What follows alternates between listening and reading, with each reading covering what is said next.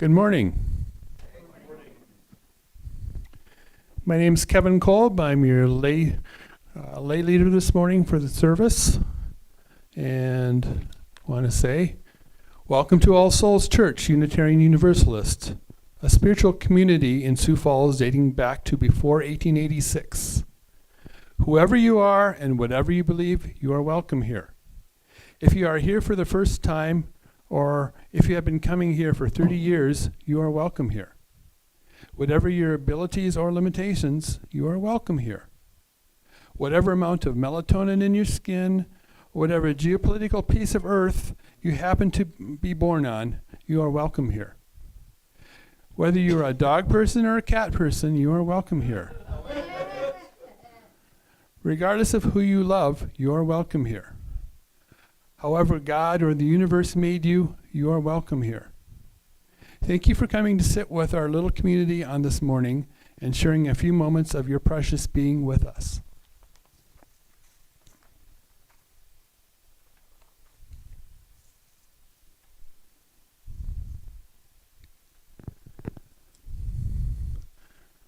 I'm going to, for announcements today, well, first of all, we have the honor of Dr. Jamie Knowles, Superintendent for Sioux Falls School District, coming to speak to us.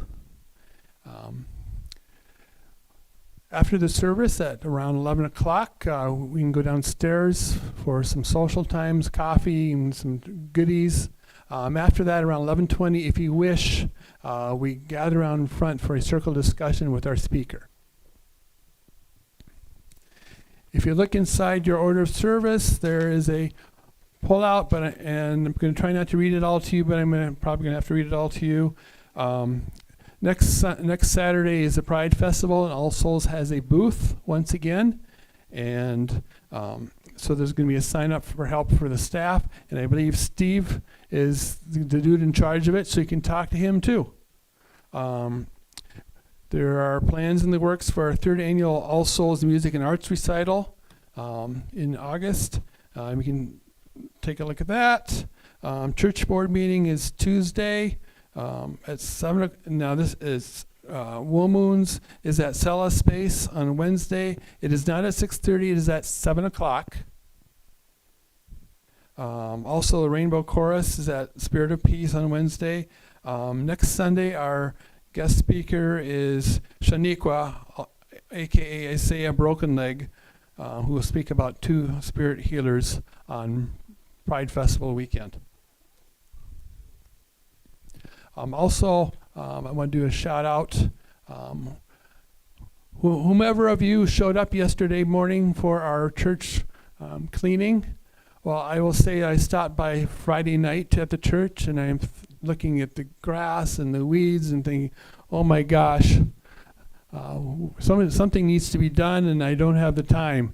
But I showed up Saturday afternoon, and wow, everything was very well taken care of, and thistles gone, and dandelions mowed off, and everything else. So, apologize to all you folks.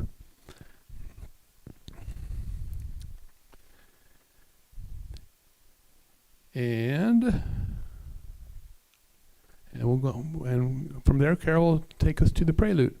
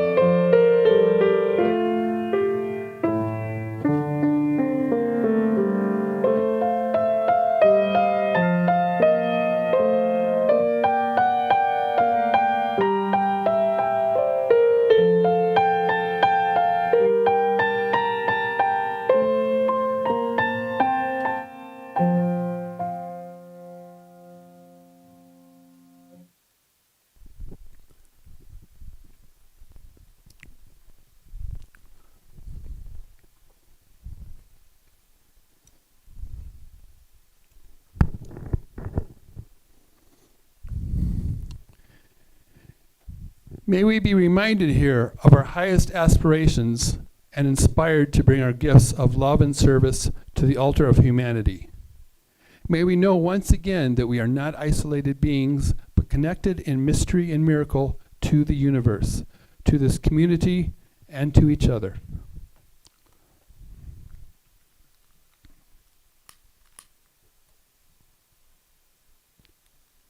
And with that, I light the chalice.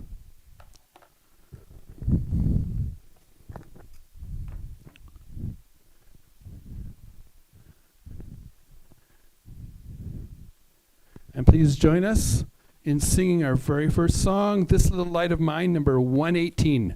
Number 118.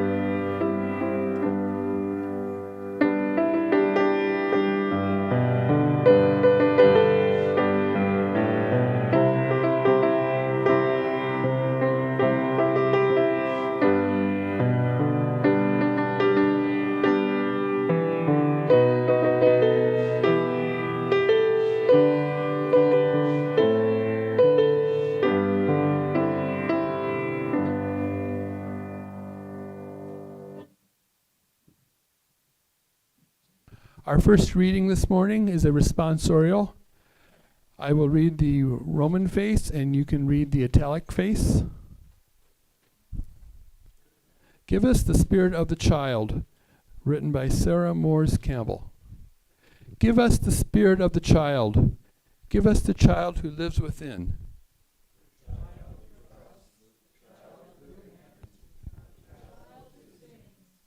The child who receives without reservation. The child who gives without judgment.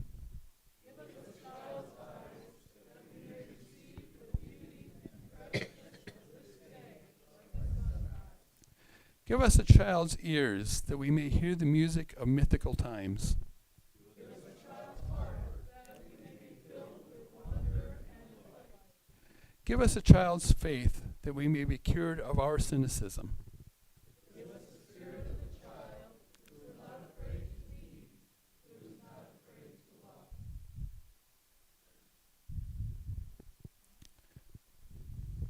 It's time now for our story for all ages.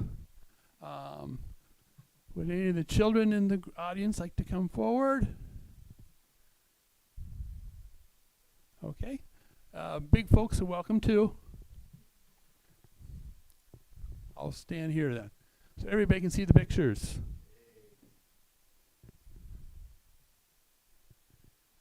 Anyone have an idea about what I can talk about for story time?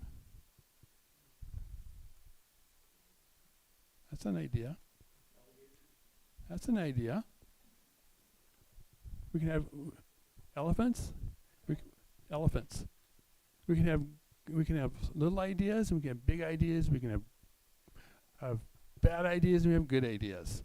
This book is called "What Do You Do with an Idea?" It's written by Kobe Yamada, illustrated by Mae Beeson.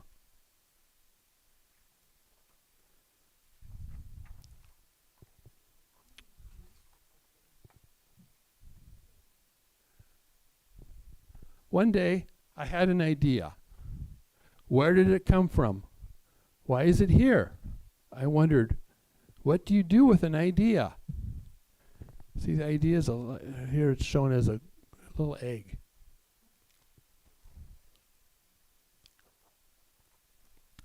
At first, I didn't think much of it. It seemed kind of strange and fragile. I didn't know what to do with it. So I just walked away from it. I acted like it didn't belong to me.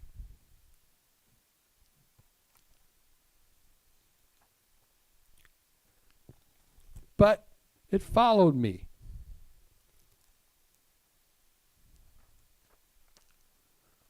I worried what others would think. What would people say about my idea? I kept it to myself. I hid it away and didn't talk about it. I tried to act like everything was the same as it was before my idea showed up. See the idea? But there was something magical about my idea. I had to admit, I felt better and happier when it was around. It wanted food. It wanted to play. Actually, it wanted a lot of attention.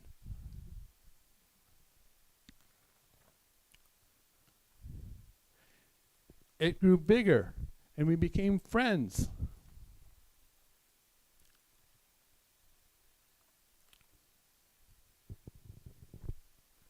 I showed it to other people, even though I was afraid of what they would say. I was afraid that if people saw it, they would laugh at it.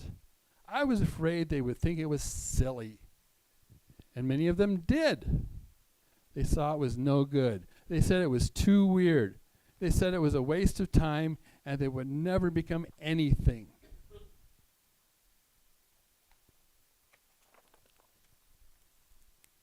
People not liking the idea.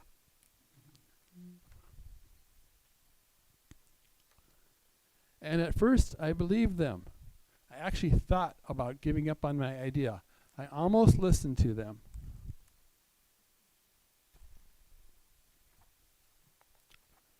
But then I realized, what do they really know?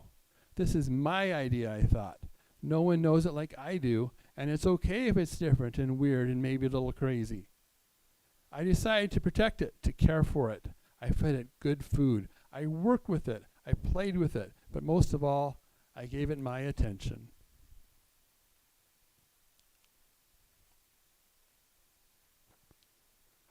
My idea grew and grew, and so did my love for it.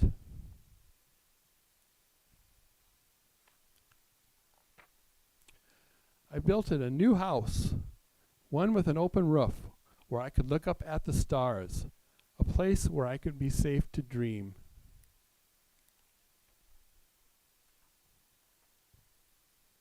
I liked being with my idea. It made me feel more alive, like I could do anything. It encouraged me to think big and then to think bigger. It shared its secrets with me. It showed me how to walk on my hands because, it said, it is good to have the ability to see things differently. Raise your hands if you can walk on your hands. I couldn't imagine my life without it.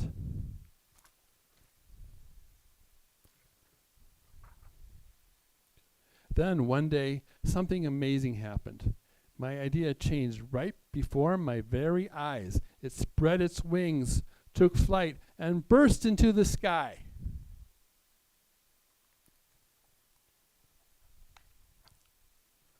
I don't know how to describe it, but it went from being here to being everywhere. It wasn't just a part of me anymore. It was now a part of everything.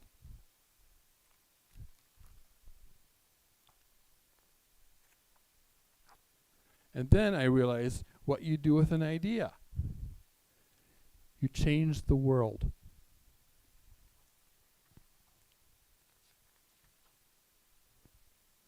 That's my story for today. Children are welcome to go downstairs. I see Zoomies here. So we'll sing them out. Go now and be.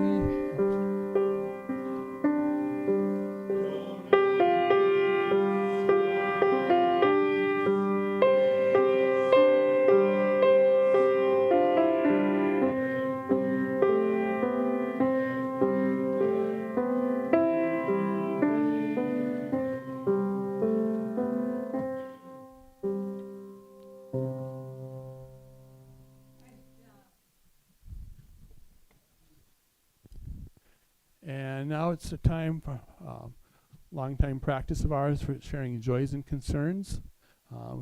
Grab a rock or several rocks or no rocks at all. You can share your joy or your concern, or often it's a mixture of both, and then drop it into the water, and the waves will carry a ripple outward through us, through our community, and through the universe. I'll start. On my mind, what's on my mind is what's happening in Los Angeles and California and in the country. This could be with what's going on going on there, and next Saturday in DC, and lots of things going on all over the country right now. So I will put that in as a concern. And you're welcome to come forward and share. Here you go, Steve. I'm Steve. Joy, I got to spend yesterday afternoon at the Ren Fair with my daughter. My concern, yes, I am coordinating the Pride thing tomorrow. I also really need someone with a truck or a van to help us carry our stuff there. 10 o'clock is when we're setting up, and we need to tear down afterwards. So if you have one of those vehicles, please talk to me. Thank you.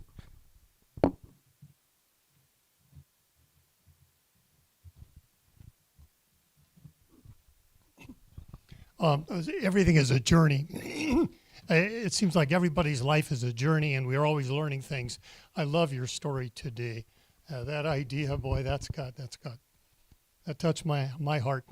I wondered about this idea of my friend John Berenger. You've been following with me a little bit. His wife Deborah, who got an advanced form of leukemia some time ago, and they determined the best way for her to go forward was to do a bone marrow transplant.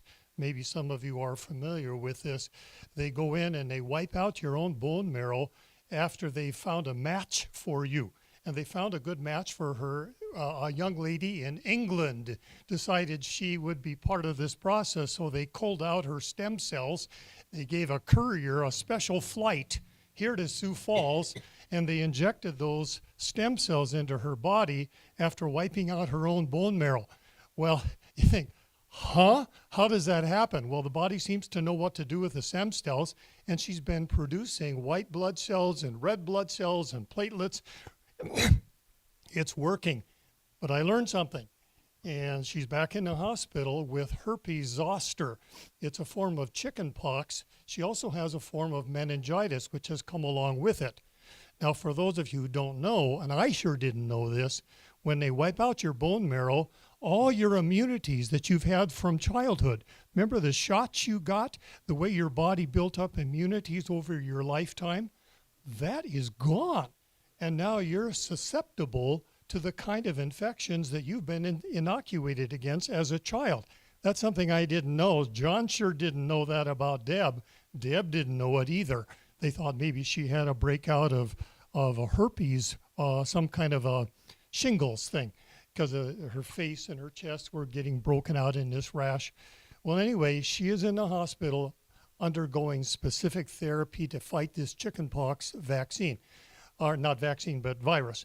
And I just want you to know that it's nice to know that we can share her journey with a whole community of people. The Spirit of Peace people came over, they're our dear brothers and sisters. They came over on her lawn with signs and everything here last week. And they were asking her to hang in there, we're with you.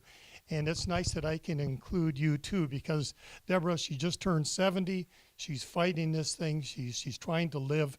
And I'm just one of many who love her because she's a loving, caring person. Just one, but just want to put a stone in for her that she'll continue to fight that battle. And I'm thankful there are so many good medical technicians who know what they're doing, and they're able to give her the help she needs. So there it is.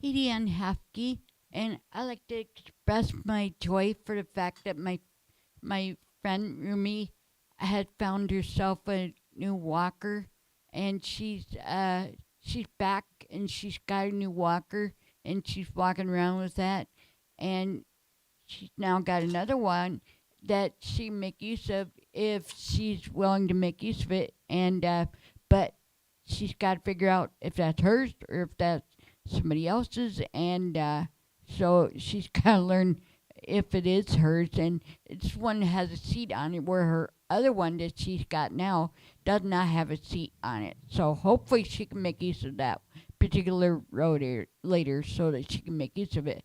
I also would like to pass along my thoughts and our thoughts and prayers to Margaret. I hope that she feels better, and hope that she will be able to talk to her boyfriend soon. So be praying for her too, thinking of her too. Thank you.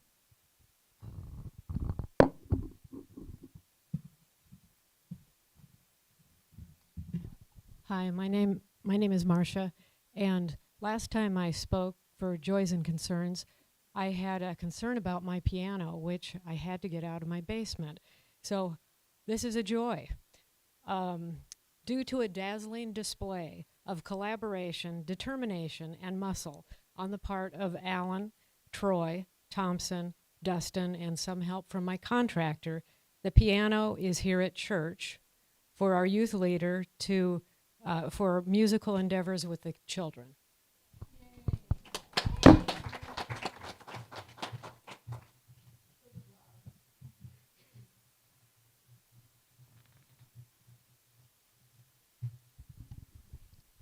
Good morning. I'm Pat Lowhead, and I just wanted to say that my husband has been taking care of helping to deliver lambs, West River. And I called to him last night, and he said, "Oh, we've had so many nice little lambs jumping around, right after, just a few minutes after they're born, they're up and they're moving. But we had one die." And I said, "Oh, what happened?" He said, "Well, there was lamb number 1 got up and occupied Mama's attention. The second lamb she ignored." And so it made me think about how important it is to keep an eye on our children, whether it's the first child or the second child or the third, because they all need the same amount of attention when they're infants.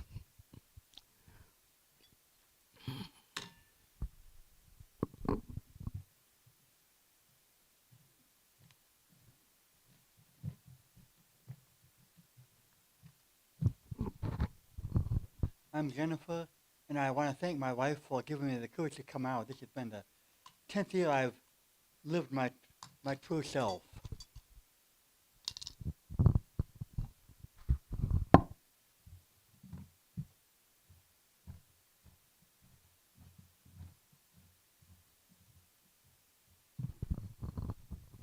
Hi, I'm Janet Coonsey, and today is Scott and my 40th wedding anniversary.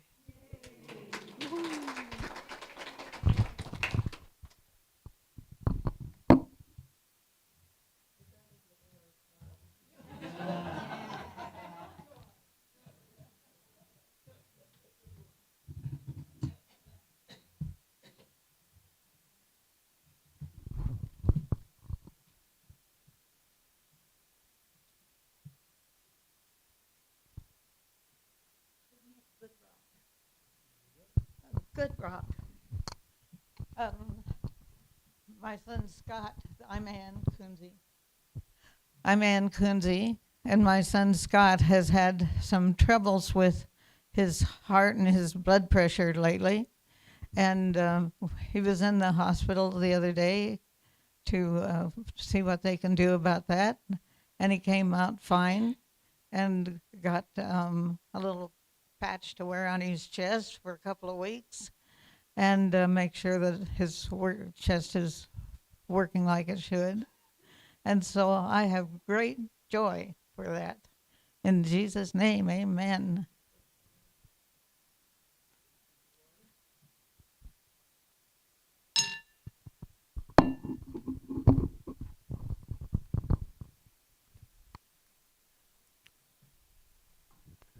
And for any for other joys and concerns, spoken and unspoken, this is for this is for those.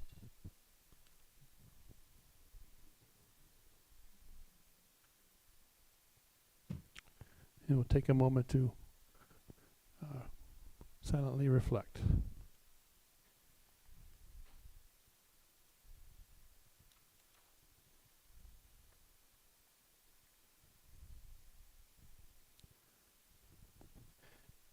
And our second song this morning is number 338, I Seek the Spirit of a Child, 338.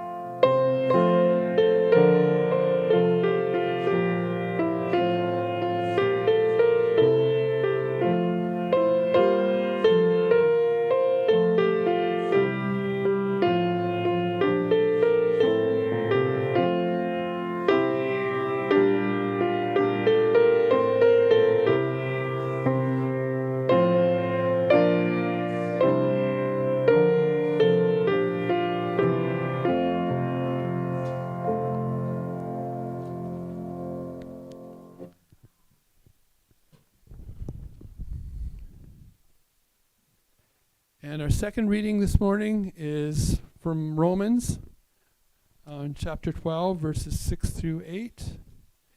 Having gifts that differ according to the grace given to us, let us use them.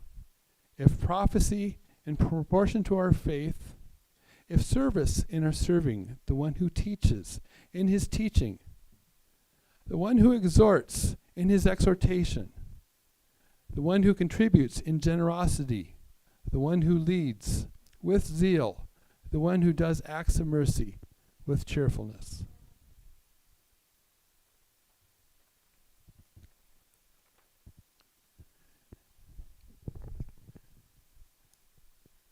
And now for our message this morning, I welcome Dr. Nold. Good morning. Good morning. I come today just with information from the Sioux Falls School District, and just to share some things with you. Is it working? No. It is? Okay. If not, I'll project well. I was a teacher for quite a while, so I can project fairly well. Especially a math teacher, everybody's favorite subject. So just to talk a little bit about the Sioux Falls School District, and then I'll be here a little bit later on to answer some more questions as well. First of all, our stance that we had this year was show up, and that was our theme that truly we took with us throughout this entire year. That showing up is the teachers that come every single day, the EAs, the A's, the cook staff, the custodians, all those that work in the life of a child and show up each and every day. But it also is our volunteers from our community, the individuals that came into our schools, the mentors, those individuals that really poured into the life of children, which included the parents. And so we really encourage you, we want to get back to really having individuals come into our buildings, work with kids, and be able to serve in that capacity. With the Sioux Falls School District, that mentoring piece that I mentioned is a big part of that. I mentor as well. I have a child that this is my third time now going through as a mentor, and I have a child that I work with at one of our elementary schools. And sometimes some of those individual children just don't have a full family per se, or they maybe just have a single mother or a single father. and really use that extra help. And so through LSS mentoring, that's where I go through, there's also teammates, but there's a lot of individuals that come in and mentor at our schools, and they take those students all the way through. I, working in the school district, have really encouraged my family. I know my mother and father both mentor. They couldn't get out of it. My brother does. And so we're really recruited in my own family to make sure that they mentor as well. And that's an opportunity that if you ever see fit to be able to do that, it just takes you about an hour a week. When we go at the Sioux Falls School District, we have 5 different areas that we look into. And I'm going to talk a little bit about each one of those. Those different areas work in our academics, which obviously is what we're there for, is to educate students. But the other areas we have is our well-being of our students. We have great partners in this community, Avera, behavioral health, and Southeastern Behavioral Health, and we have multiple different entities that come in for free and help to work with our children, obviously with the permission of their parents or their guardians. We also have things with our staff, with the well-being of our staff in our community. We have also community engagement. I'll talk a little bit about that today as well. And then the staff excellence and effective use of our resources. And that's an important piece as we make sure that we are fiscally responsible. So we'll talk a little bit, first of all, the enrollment of the Sioux Falls School District. We have about 24,000, just over 24,000 students that currently are kindergarten through 12th grade. Now, we also have a preschool program. And when you look at our preschool program, we'll be, at about 25,600 students, somewhere right in there. So it's a large number of students that we have. The next largest school district would be Rapid City out there with their school system, and they're probably going to sit somewhere around that 11,000 mark. So it's a significantly large school district. And so it takes quite a bit of resources to be able to educate those 25,000 plus students. As I go through and talk about that, our student diversity is a big part of it. And that's something that we value, is the diversity of our students. Now, this part of it, just looking at where our diversity lays, ethically speaking, you go through, and our largest obvious component of that would be our Caucasian students, which is about 55%. This is significantly different than the city of Sioux Falls, because a lot of the diversity is in the younger ages. As people have moved here and they have children, a lot of the diversity truly comes at some of our youngest ages. And our largest diverse population is our Hispanic, with about 16.5%. Then you go with our Black, which is about 12.8% of our student population. So when you're thinking at 25,000 students, that's a large number that we have coming through our Sioux Falls School District. And that's a value to our Sioux Falls School District. My own children went through at Washington High School. I served as the principal of Washington High School before I moved over to become the assistant superintendent, and soon here will be the superintendent of the Sioux Falls School District. But Washington High School is a very diverse high school.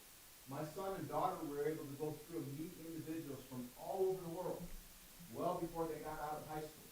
And that helped them immensely as they both went off to college and now are both working in different careers. But that helped them to better understand things across our entire nation and across the world. And so they have both now traveled abroad and feel very comfortable with that, because they realize that a lot of things we have are very much so in common with each other. And a lot of those things we share, we just may speak a different language or have a few different customs that we go about and have. So that's some of the diversity, but we're about 45% diverse in the Sioux Falls School District, and that's out of 25,000 students. English language learners. Those are students that have come here directly from other countries and do not necessarily speak the English language, or do not comprehend the English language to a level to be able to help them in their education part. So we work with them immensely to start with, to make sure that they learn that English language. And right now we have about 3,000, just over 3,000 students that have come directly from another country that still qualify as English language learners. Once they get to a certain level, then they'll no longer be classified in that manner. And they speak about 106 different languages. So when you see that across the entire nation coming here in the city of Sioux Falls, we sometimes think of ourselves as very isolated here,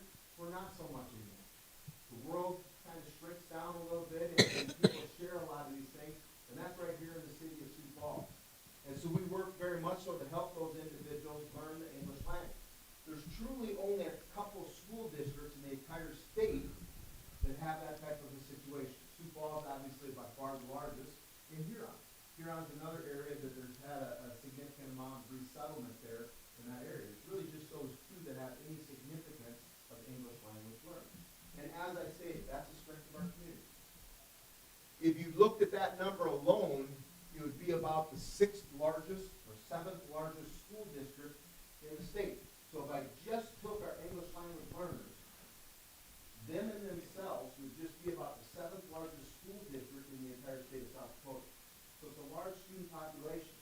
We're used to living in Sioux Falls where there's a larger number, but that's not the case across the rest of the state. We also have quite a few that qualify for free and reduced lunch. And so that's a significant problem that we need to make sure that we care for others within our community. You can see there, and this is across the entire years, or it goes all the way back to 2015, 2016. So I'll talk about this a little bit because I realize that it's a little bit hard to see. You can see a big dip there, and it goes back up. That was during COVID. During COVID, it did not matter if somebody qualified for free or reduced lunch, so people didn't fill out the forms because everybody was able to eat for free. That was part of one of the federal programs. And there's also a significant dip in the number of students who were in school there for a while, and then it went back up again. We sit at about somewhere 46 to 47% of our students that qualify for free and reduced lunch. It's much higher in the elementaries than it is in the high school. And you kind of think through that a little bit, that as a family stays in a job longer and longer, usually they'll increase their salaries. So as their children become into the high schools, they're usually losing that free and reduced lunch because they're earning more money. So the largest percent of our free and reduced lunch is in the elementary schools. And people a lot of times will look at, difficulties that sometimes children have in learning. And the one consistency across the board on that is economics. The more a family usually earns, the more education a child usually will have. And there's a lot of people in our community that work very hard to combat that. Promising Futures is one of those, and they go through and help quite a bit with our children that live in poverty to give them experiences that they may not get because their family can't afford to do that. And so there's quite a few different things that come up across with poverty that we try to combat and make sure that our kids have the resources that they need. We have 11 schools that would qualify as title schools. That means there's a higher percent of poverty within those elementary schools that we give them additional services and support to make sure that we help them. Quite a few of the students in there will eat lunch for free. They also have the breakfast for free. We have a full breakfast and lunch program that we provide in our schools for those students. There's a lot of other school districts, especially around us, that just do not have that. They don't have that rate of poverty. And so it becomes very unique for the Sioux Falls School District to make sure that we serve and meet the needs of those individual children. One other thing that I talked a little bit about, fiscal responsibility.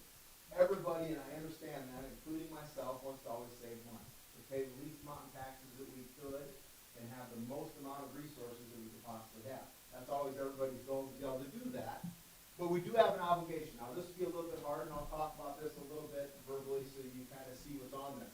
The Sioux Falls School District, we kind of look at our 11 school districts that are around us that touch Sioux Falls. So you think of that as Canton and Harrisburg and Brandon Valley and T and Lennox and going around. So there's 11 that touch the city or the Sioux Falls School District school boundaries.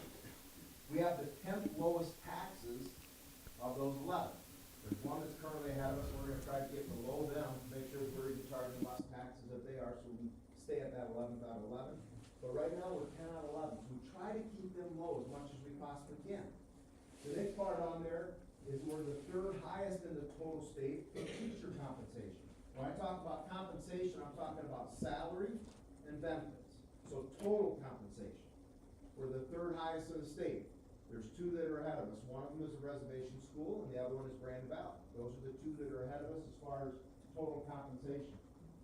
We did go from about 5 years ago where our starting teachers were making about $38,000 to now the starting teacher is just over $52,000.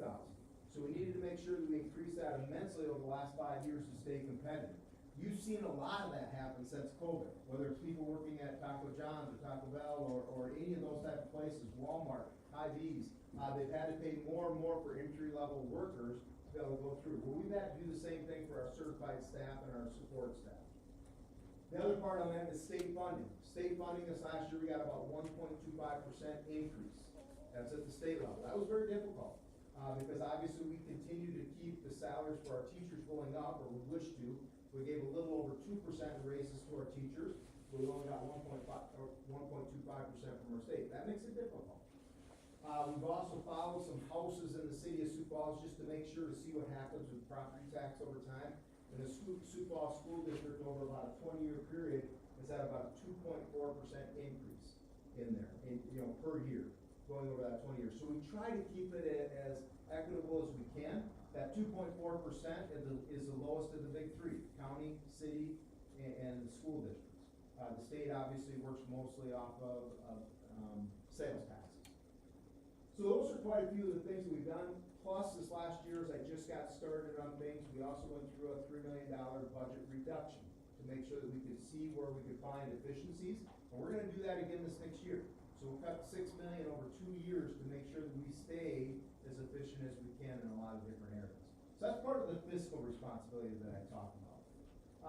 Our staff, we have about 1,900, just over 1,900 teachers, and then we have our support staff. Our support staff is our clerical, our custodians, our cook staff, our EAs that go in and help all the time, all those that support but aren't directly in there as the direct teacher. When I talk about our support staff and all combined, we have about 3,600, a little over 3,600 total employees. That's the third largest employer in the city of Sioux Falls. The two that are headed there, Sanford and Avera, but then it is the Sioux Falls School District, which is the third largest employer in the city of Sioux Falls. We go through there on the next part that I'll just talk a little bit about special education. People ask quite a bit about our test scores, so our academic results. And there's a state assessment that we go through and we take, and it's for accountability purposes. And when we take those tests, some questions sometimes, well, wait a minute, your test scores in math are about 52% or 53% or whatever it may be. Well, those tests are always adjusted. It's never meant that somebody's gonna be at 100%. They figure out what that area is about the average, and they adjust to that accordingly. So people go, why isn't it closer to 80, 90, 100%? Well, they adjust that. They continue to. It's much like the ACT. The ACT, they always take what the norm is, and they norm reference that, and they continue to adjust it. When somebody scores a 21 now, it probably is significantly higher, they would have scored higher compared to 15 years ago.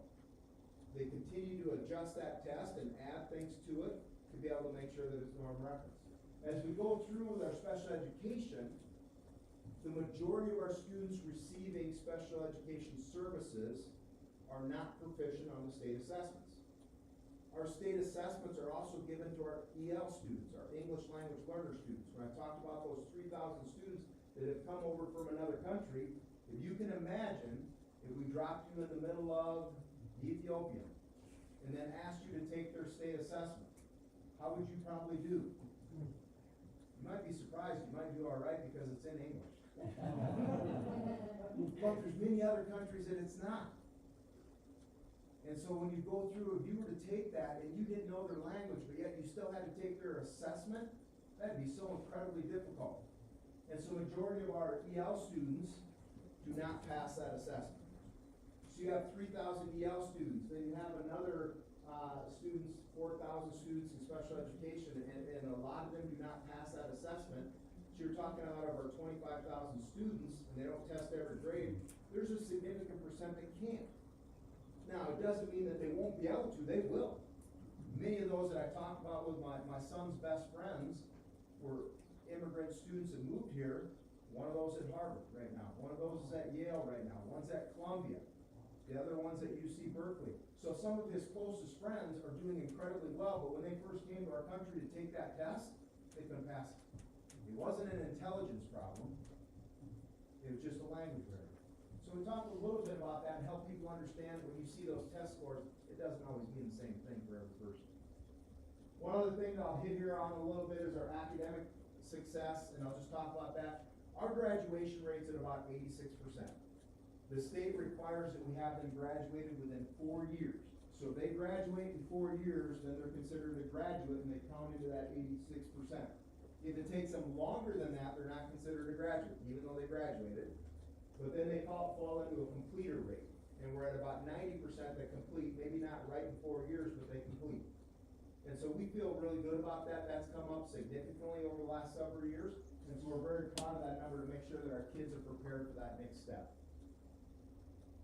I'll go on, and some of the new programs that we're really trying to, we did create, and it'll open up this coming fall, a brand new barn, if you will, out at our CTE Academy. Our CTE Academy is way over on the far end of town, on the west end of town, just off the interstate over there, right close to Jefferson High School.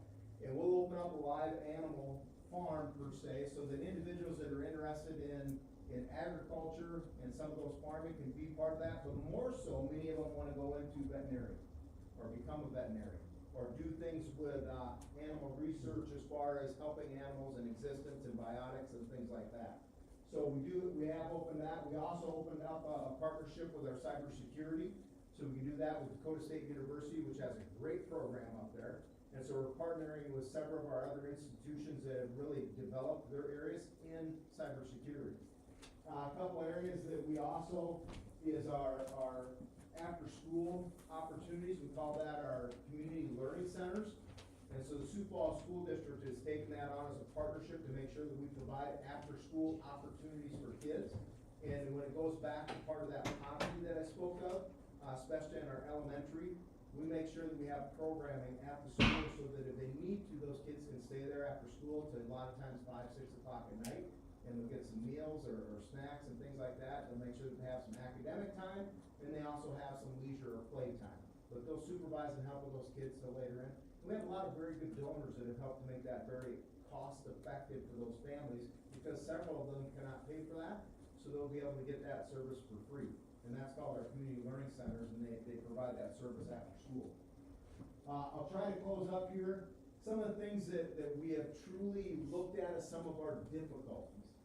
State aid, that's a big part of it. What are some things that we've worked on? Teacher compensation. We want to make sure that we're very, very viable within our area and competitive within our area. School safety is always a part that we look at. And we look across the nation and some of those concerns that pop up, and we've done a lot of things. I won't tell you details of that because of not wanting to compromise things. But we have truly stepped up, and we now have schools that come from around our area and region to see the Sioux Falls School District, see some of those safety procedures that we put into place. We want to make sure our kids are as safe as we possibly can. I will never be able to tell somebody that it's 100% safe. You can't do that. This day and age, you just cannot. But I will tell you that we put a lot of things in place to make sure that our kids are safe. So we try to go through the Sioux Falls School District to be one, make sure every kid has an academic so that they can go on to whatever that next step is in their life. 2, we try to make sure that it's financially responsible and fiscally responsible to make sure that we can answer for those dollars that we utilize. 3, for our staff, the well-being. We want to make sure we have the things in place to help our students and staff if they need any help or resources that way. Those are just some of the highlights we have with the Sioux Falls School District. And like I said, I'll be here a little bit later on as well to answer some other questions if you may have those. So thank you.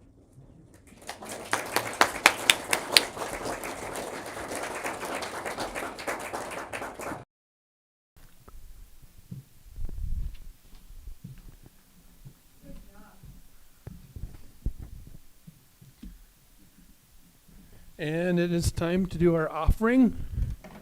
Like schools, churches have to pay our bills too.